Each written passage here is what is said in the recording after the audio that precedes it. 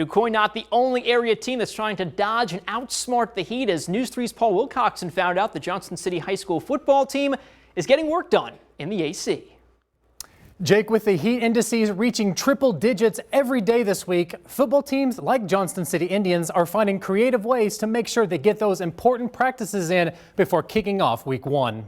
That's been a challenge I've not seen before. Johnston City Athletic Director and Principal Josh Pietriatoni is a former football coach, so he knows August can produce some of the hottest days to start a high school football season. It's always been hot. August and September are just, the temperatures are high, and full pads, helmets. Football has always been a challenge. But that challenge has magnified as temperatures have become too dangerous to be outside to practice. It's been extremely challenging. It's been exhausting, but everybody's in the same boat. It is what it is. The IHSA mandated it this year, so you just got to do the best you can. The IHSA has set guidelines for teams to follow. Schools like Johnston City use the wet bulb globe indicator to determine the conditions outside. Those readings determine what's allowed and what's not allowed for every outdoor activity. And there's different tiers and different levels. So if it's in a certain tier, you can only go you have to go without any equipment whatsoever, and it can only be a scrimmage with non-contact.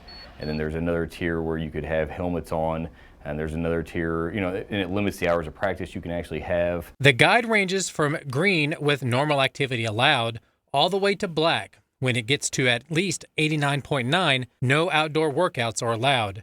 That's resulted in teams like Johnston City to move more practices indoors to get ready for their game. It's definitely not what we want to do, but it's something we have to do. So what it needs to be get done, we will get done.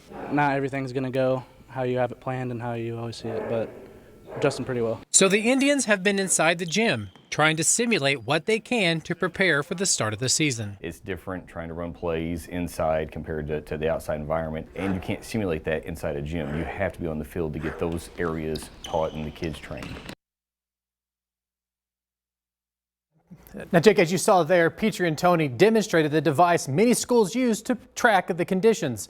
It was brought out from the inside, so the gauge started at a low number. Within 5 minutes, it was reading in the black, which means no outdoor activities at that time. Pietriatoni says the conditions by the time kickoff hits at 8 o'clock should be much improved to start the season. Reporting live in studio, Paul Wilcoxon, News 3.